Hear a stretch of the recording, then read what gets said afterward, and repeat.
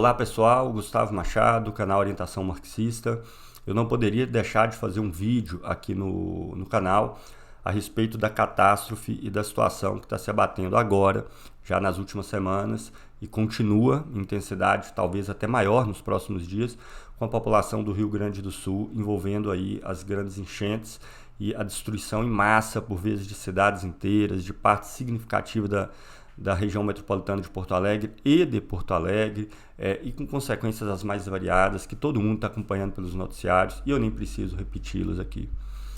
É impossível não ficar quase em estado de choque diante desses acontecimentos, principalmente para a grande maioria da população, que vive um dia após o outro, uma semana após a outra, um mês após a outra, dependendo de um salário, de um trabalho informal, ou às vezes de um pequeno empreendimento, e que ela sempre depende daquele recurso da próxima semana, do próximo mês, para conseguir sobreviver, e que a gente leva às vezes anos, né? 5, 10, 15, 20, 30 anos para conseguir adquirir alguma coisinha, né? Em termos de eletrodomésticos, em termos de alguns bens de consumo, às vezes consegue-se ter uma casa, não é isso?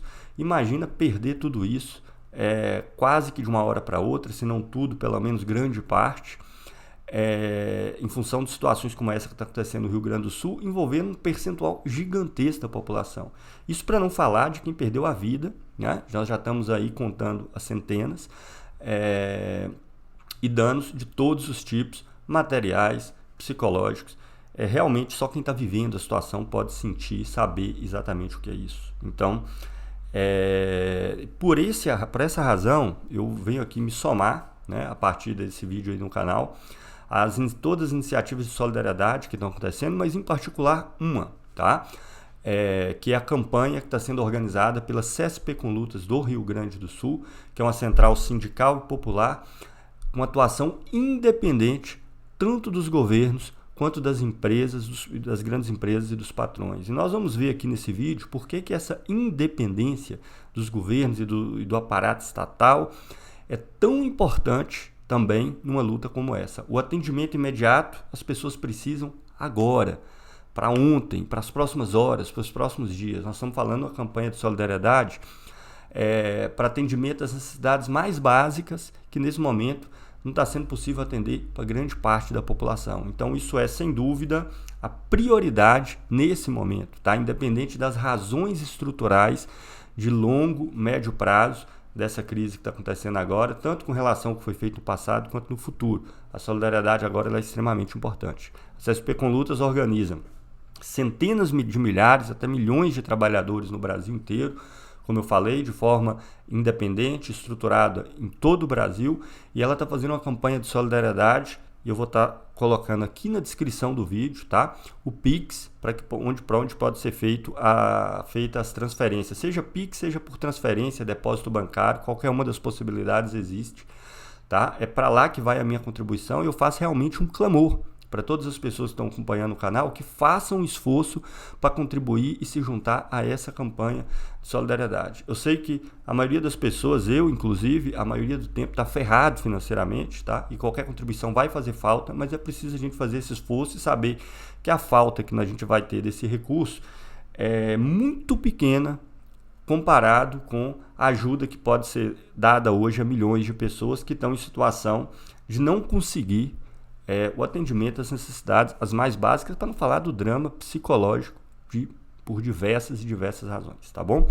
Então vai estar aqui na descrição do canal, Pix, conta bancária e tudo para transferir e ajudar nessa campanha de solidariedade que está sendo organizada pela CSP com Lutas no Rio Grande do Sul. Então, esse é o primeiro aspecto que é prioritário nesse momento. Agora, além disso, eu também gostaria de aproveitar para comentar sobre algumas razões estruturais dessa crise, dessa catástrofe que está se abatendo agora sobre o Rio Grande do Sul. E aí muitos podem estar pensando, poxa Gustavo, então você vai falar de novo do capitalismo, das características do capitalismo, envolvendo essa crise pontual, localizada no tempo e no espaço? A essas pessoas eu só posso responder, sim, vou voltar a falar do capitalismo, do capital, porque é a forma de sociedade dentro da qual a gente vive. Qualquer ação que a gente vai fazer é por meio dessa forma de organização social que tem limites e restrições extremas, principalmente nesse caso. Aqui fica mais palpável do que nunca, tá joia? Os limites que estão colocados, inclusive para as várias perspectivas que tentam administrar o capitalismo de algum modo. Em primeiro lugar, evidentemente, a liberal, né? Eu nem estou acompanhando, mas aqueles canais liberais extremos, etc., ANCAPs e tudo mais, que prevê, que quer a extinção do Estado e tudo, como será que eles imaginam na cabeça dele estar lidando com esse tipo de situação? Mas não só. Também aqueles que acreditam que é possível consertar o capitalismo por meio da intervenção estatal, o que é hoje a visão dominante de esquerda, por assim dizer. Tá? Então nós vamos discutir sobre isso aí também. Então, o primeiro aspecto, gente, que eu queria abordar aqui é toda a questão da eficiência do capitalismo fica mais do que nunca clara nesse momento. O capitalismo, o mercado é eficiente? Em partes, às vezes ele é. Agora, a questão é eficiente para quê? A eficiência do capitalismo, ela ignora completamente as condições naturais, ignora completamente as condições de vida da maioria das pessoas. Então, quando você tem lá uma empresa que ela está lá explorando com salários baixíssimos, jornadas de trabalho, banco de horas e tudo mais, 50, 60 mil trabalhadores, e destruindo as condições naturais de maneira completamente irracional, ela pode, ao mesmo tempo, estar gerando taxas de lucro enormes. E, nesse sentido, do ponto de vista do mercado, uma empresa eficiente. Porque a única eficiência do capital é a eficiência de valorizar o capital da forma mais rápida possível. Valorizar de forma rápida e na maior proporção, com as maiores taxas de lucro e os ganhos que advêm aí da taxa de lucro, como a renda de quem está alugando, instalações e etc., os juros do capital bancário que está financiando, né, e até os impostos que saem de uma forma ou de outra desse valor que é produzido e que é apropriado de forma capitalista. Agora, isso pode ser feito destruindo as pessoas que produzem essa riqueza, destruindo as condições naturais do qual a gente depende para existir e para sobreviver e do qual nós fazemos parte dessas condições naturais. Tá? Então, eu vou trazer aqui para vocês vários exemplos disso e que mostra como essa característica irracional que caracteriza essa forma de sociedade que a gente vive, ao mesmo tempo que ela amplia a produção de riqueza de uma forma absurda e amplia, ela o faz de maneira completamente irracional, não planejada, desmedida, produzindo situações como essa, tanto pelas alterações climáticas, que a gente sabe que são de algo que vem sendo construído de longo prazo, quanto também pelas diversas infraestruturas que servem para lidar com situações como essa, quanto do ponto de vista da organização dos meios urbanos e rurais, tá? E outros aspectos que vão ser abordados. Então, eu vou trazer vários exemplos aqui para vocês, tá? Em primeiro lugar, o capitalismo ele leva a uma centralização urbana absurda, criando esses aglomerados urbanos de 5 milhões, 10 milhões, 15 milhões, 20 milhões de pessoas, que torna a vida das pessoas, a gente sabe como é viver nesses lugares, em relação à poluição, em relação ao transporte, em relação à insegurança, e etc, etc. Mas isso para o capitalismo é muito importante, porque quanto maior for concentrada a enorme maioria da população que vive no mundo capitalista hoje, mais eficiente é a acumulação de capital, porque os custos de distribuição são mais baratos, né? Veja que hoje você distribui mercadorias de todos os tipos para a população da enorme maioria do Brasil, levando isso aí, um país dessa dimensão, para 8, 10 grandes centros urbanos, né? Então, concentrações urbanas, mas o que é pior, ainda pior do que essa concentração urbana, que é uma característica intrínseca do capitalismo, presente em todos os lugares do mundo, é a maneira como ela é feita. Porque se tem uma coisa que não combina com o movimento do capital e com o mercado, é planejamento. No capitalismo só existe planejamento dentro das empresas. Só existe organização consciente, racional, científica dentro das empresas, no processo de produção. Na conexão entre essas empresas, na conexão entre os indivíduos que compõem a enorme maioria da população nos centros urbanos e etc., isso é feito de maneira completamente anárquica, não organizada, não planejada. Tá? Porque as pessoas, evidentemente, vão para os centros urbanos porque o capital é absurdamente concentrado. Vocês podem começar, eu sempre dou essa sugestão de fazer o exercício das marcas que nós compramos. Nós vamos ver que elas são sempre as mesmas em todos os lugares, inclusive sediadas nos mesmos países dominantes na divisão internacional do trabalho. Essas empresas são empresas que têm 10, 15, 20 mil trabalhadores, 5 mil trabalhadores numa única unidade produtiva e que ainda alimentam os fornecedores ao seu redor e centenas de outras empresas a elas associadas. Evidentemente, a única saída que as pessoas têm para sobreviver é se mudar para esses grandes centros urbanos. Eu mesmo vim do interior de Minas Gerais. Algumas pessoas continuam lá, evidentemente, mas as possibilidades de sobrevivência são muito mais reduzidas e as pessoas têm que migrar para os grandes centros urbanos sem qualquer planejamento, sem qualquer tipo de aporte financeiro de qualquer natureza, moram como dá e onde dá. Né? Vão para os terrenos que vão ficando mais baratos, porque o crescimento urbano também gera especulação imobiliária. A especulação imobiliária faz com que os lugares mais acessíveis, às vezes mais próximos dos centros das cidades ou das regiões que têm alguma infraestrutura, vão ficando cada vez mais caros. E as pessoas vão se afastando e ocupando de forma completamente anárquica e não planejada esses espaços urbanos gigantescos. Então você gera, olha só, grandes centralizações urbanas e grandes centralizações urbanas feitas de maneira completamente anárquica, sem parques, sem espaços que possam ser usados tanto para que nossa vida fique melhor e mais confortável, como, por exemplo, em situações de grande chuva, para escoamento, absorção das águas por mananciais e etc. Você cria, como aqui em Belo Horizonte, onde eu moro, uma cidade com dezenas de quilômetros, né, de comprimento, totalmente concretada, e os poucos parques que existem são disputados a ferro e fogo pela especulação imobiliária, porque basta tirar um parque que você constrói ali 40, 50 prédios que vale dezenas de milhões de reais cada um. Tá? Então, o capitalismo ele tem como característica buscar resultado rápido no curto espaço de tempo, independente das condições naturais, independente das condições de vida da maioria da população.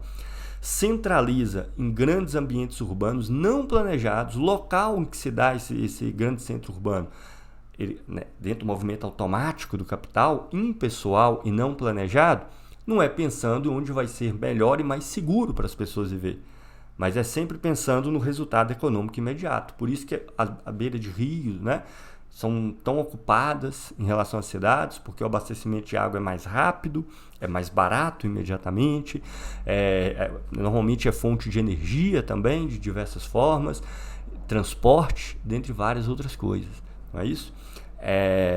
Então, sim, a característica não planejada da sociedade capitalista, onde é o mercado que planeja tudo, gera esse planejamento maravilhoso que nós estamos vendo aí, que pode até gerar capital, né, na maior proporção possível, no tempo mais rápido possível, ao custo mais baixo. Mas o que é o custo mais baixo? É o custo com o trabalhador, é o custo com infraestrutura, é o custo com planejamento. Tudo isso é jogado para debaixo do tapete. Tudo que interessa para a vida das pessoas é tratado pelo capital como custo espúrio e que, portanto, tem que ser reduzido ao mínimo possível e, se necessário, eliminado. Tá? Isso para não falar, evidentemente, dos efeitos de longo prazo que o capital não consegue controlar, como, por exemplo, emissão de gases do efeito estufa, CO2, metano, dentre outros elementos que levam aí ao processo de aquecimento e de variações climáticas cada vez mais drásticas e fulminantes, como nós estamos já acompanhando no mundo inteiro. Tá? Para não falar nisso, a possibilidade de você controlar isso é praticamente nenhuma. Tá? Então você veja, o grande capital não vai investir em um sistema metroviário decente em todos esses centros urbanos, porque é caríssimo, e o retorno que você tem do capital que você investe para fazer isso se dá ao longo de 10, 15, 20, 30 anos. Então é melhor você vender 10 milhões, 15, 20 milhões de carro para uma pancada de pessoa e ainda tentar fazer com que eles troquem o mais rápido possível, independente das impactos que você vai ter nas condições naturais. Impactos não só na emissão de poluentes, mas também da mineração, que vai ter que extrair uma quantidade cada vez maior de minério de ferro para a produção de aço, para atendimento dessa demanda, que não gera uma melhor condição individualmente para as pessoas, que vão estar expostas a congestionamento de horas, né? Inclusive, eu trabalho pelo ILAES, eu fiz uma viagem para o Rio de Janeiro há 3 semanas atrás, que tipo, eu cheguei 5 horas da manhã no Rio de Janeiro e encontrei um congestionamento de 3 horas e meia, 4 horas. Olha que maravilha, né? Para a vida das pessoas. Mas não importa, a vida de todo mundo pode ficar a pior imaginável. Mas os carros estão sendo vendidos, tá? E os custos com infraestrutura, com retorno de longo prazo ou sem retorno nenhum, é o mínimo possível. Mas aí entra outro aspecto que eu queria discutir com vocês aqui nesse vídeo.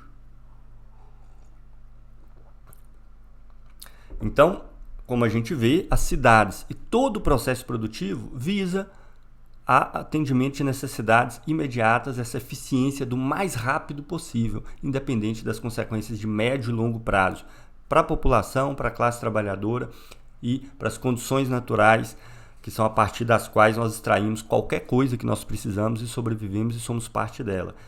Aí muitos podem pensar, então isso mostra como é decisivo o papel do Estado capitalista, né? Como a gente só pode consertar as questões da sociedade, consertar o capitalismo por meio da intervenção estatal. Não há dúvida que uma situação como essa mostra sim a importância dos recursos públicos, de questões planejadas no médio, no longo prazo, de obras de infraestrutura. O problema é que é cada vez mais difícil para o Estado capitalista mover um dedo sequer nessa direção.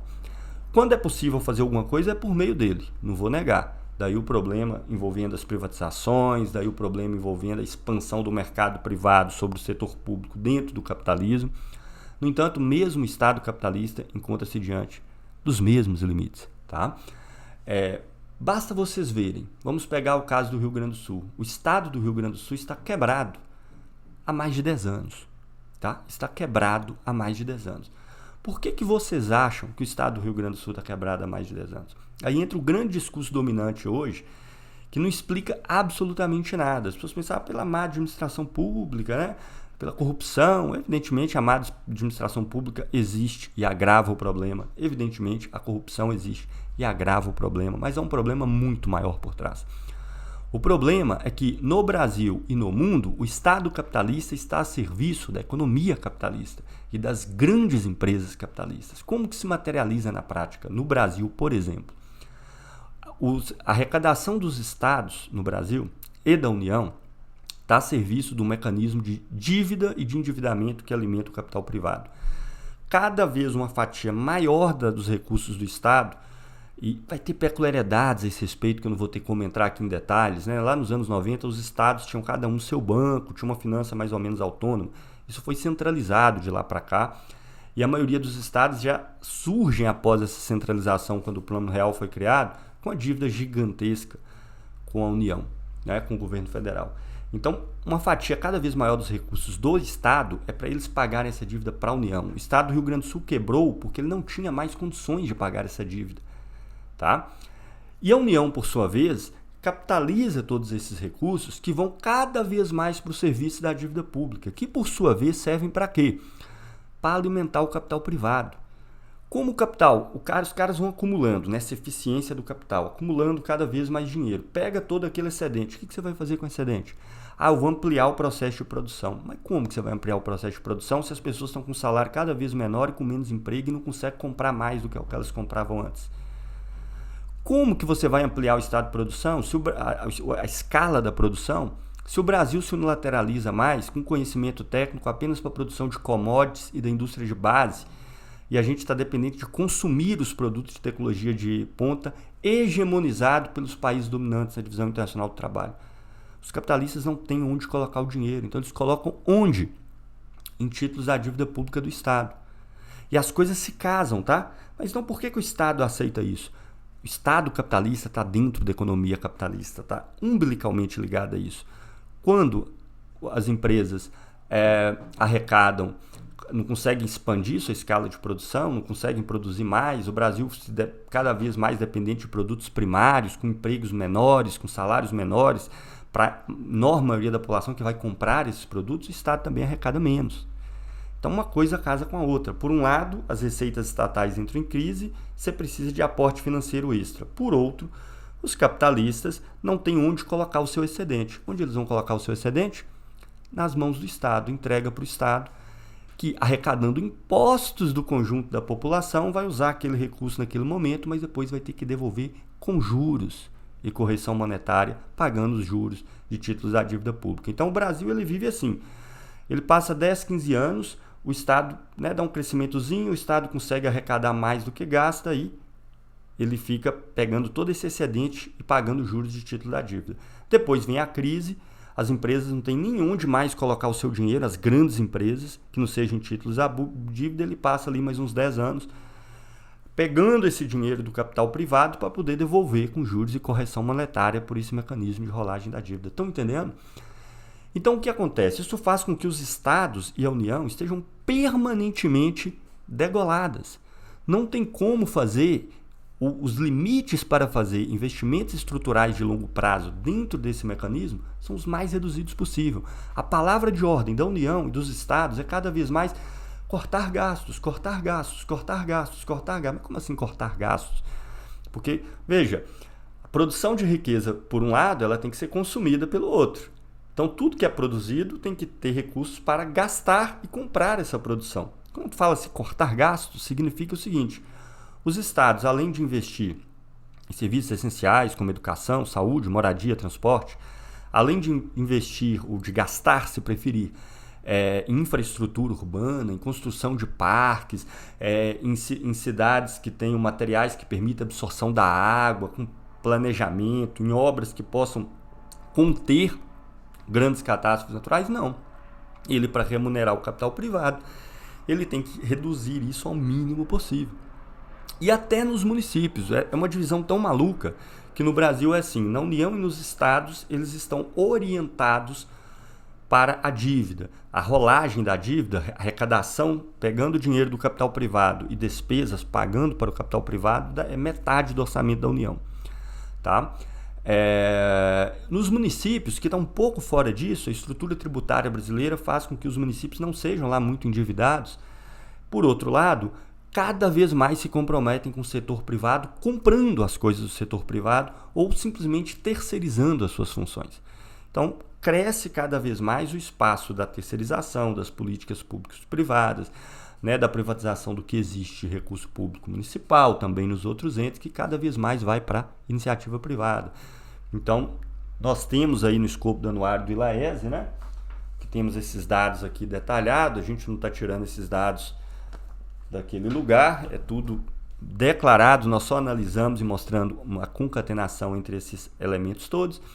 O Estado capitalista atua a serviço da acumulação de capital das grandes empresas capitalistas, cada vez mais nessa direção, está estruturalmente ligado a esse processo. Inclusive a educação pública é até para fornecer mão de obra para essas empresas, a saúde pública é para fazer com que a classe trabalhadora permaneça viva, né? Para poder trabalhar e produzir eficientemente riqueza para o capital, não eficiente para as pessoas, percebe? E claro, quando você tem hoje no Brasil um exército industrial de reserva de dezenas de milhões de pessoas, na informalidade ou sem emprego, aí já surgem as pessoas falam, nem precisa desse exército industrial de reserva tudo, pode morrer, nem precisa de saúde. Né? A educação pode ser cada vez uma coisa mais restrita porque as atividades vão ficando cada vez mais simples. E nós usamos o nosso desenvolvimento da capacidade produtiva contra nós. Tá? Então, é esse o mecanismo que está na jogada. E veja, só para completar, antes que surja essa questão, o Estado do Rio Grande do Sul quebrou e está no processo de recuperação fiscal já há vários anos. Recuperação fiscal significa que eu não preciso pagar os juros da dívida aí por 10 anos, por 15 anos, para eu poder recuperar. Mas o que é essa recuperação? A recuperação fiscal você faz um acordo dos estados com o governo federal e fala, não, beleza, nós podemos suspender o pagamento da dívida, ou você pode pagar só os juros, uma parte dos juros por esse período, desde que você implemente essas medidas A, B, C, D, E, F, G, H e J, e todas essas medidas cortar gastos, cortar gastos, cortar gastos, cortar gastos, para viabilizar o pagamento dela lá na frente. E cortar gastos é o quê?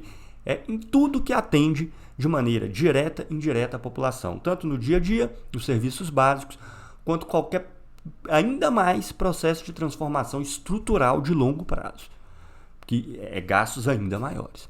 né? Tanto que o muro que tinha lá em Rio Grande do Sul com vários problemas de manutenção para poder conter a chuva, porque já tinha tido uma catástrofe dessa em menor escala há décadas atrás, isso foi construído também há décadas atrás, sequer uma obra recente. Então, quanto mais riqueza a gente tem na sociedade capitalista, menos ela pode ser usada para atender às nossas necessidades e os nossos interesses. Tá? Então, veja, mesmo nesse caso, é engraçado porque, sim, cai por terra sem sobrar nada do discurso liberal.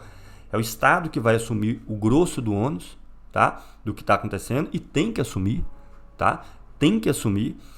Só que, veja, dentro dessa estrutura de sociedade, esse ônus, que é um ônus, não é um ônus de prevenção ou de qualquer coisa desse sentido, ou de mudanças estruturais na organização urbana para evitar isso, não, é um ônus de atender às necessidades imediatas de uma cidade e de cidades que foram inteiramente destruídas.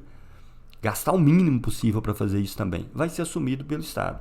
Só que quem vai pagar vai ser vocês, vai ser o conjunto da população que vai, por meio dos impostos, financiar o Estado em todas as suas instâncias no futuro. Porque imposto no Brasil, praticamente nada é sobre lucro. Nem com a nova reforma tributária. É a classe trabalhadora que paga.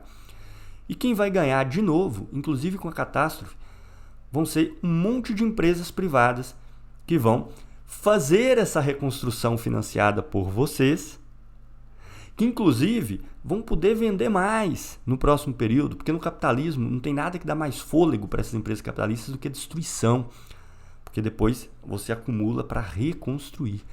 Então, tudo vai ser feito por grandes empresas privadas, não são empresinhas pequenas, e nesse caso as maiores ficam maiores ainda.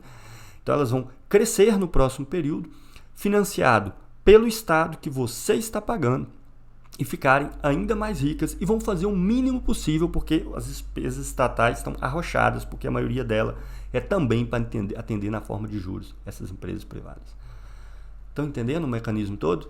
É trágico, tá? Por isso que eu insisto que se organizar uma luta revolucionária para mudar a sociedade capitalista não é uma opção que nós temos, é uma necessidade de sobrevivência da própria espécie humana.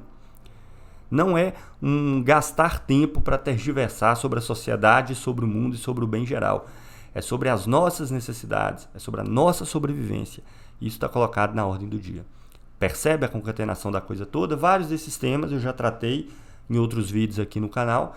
Aqui é bom que dá para dar uma condensada toda e ver como toda essa questão da estrutura de sociedade está articulada com a catástrofe do Rio Grande do Sul e com as condições em que o Rio Grande do Sul recebe essa catástrofe e com todas as dificuldades que vão vir daqui para frente. Mostrando que lutar contra esse tipo de sociedade é uma questão de vida ou morte, é para ontem. Não é para os nossos netos para daqui a 200, 500 mil anos, é para ontem. Tá joia? Então é isso, termino por aqui.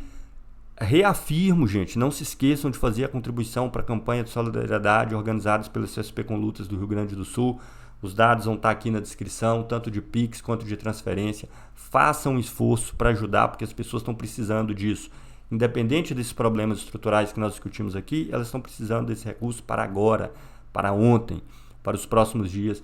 E a gente tem que fazer um esforço, porque a gente sabe que é o grosso da população brasileira se solidarizando, porque é quem sente na pele o que ela estaria passando se tivesse uma situação como essa. O cara que tem milhões e milhões e milhões, ele vai para um lugar, ele tem dezenas de moradias espalhadas pelo Brasil e depois reconstrói a dele no piscar de olhos. Para a maioria da população, isso foi o trabalho de uma vida e que as pessoas não sabem nem o que vai ser daqui para frente. A gente tem que procurar contribuir e se solidarizar dentro das nossas possibilidades. Tá joia? Um abraço, até o próximo vídeo.